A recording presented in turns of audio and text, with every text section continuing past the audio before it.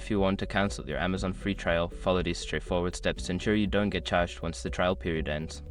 Step 1. Sign into your account. Go to the Amazon website and log into your account using your email address and password. Step 2. Navigate to your account settings.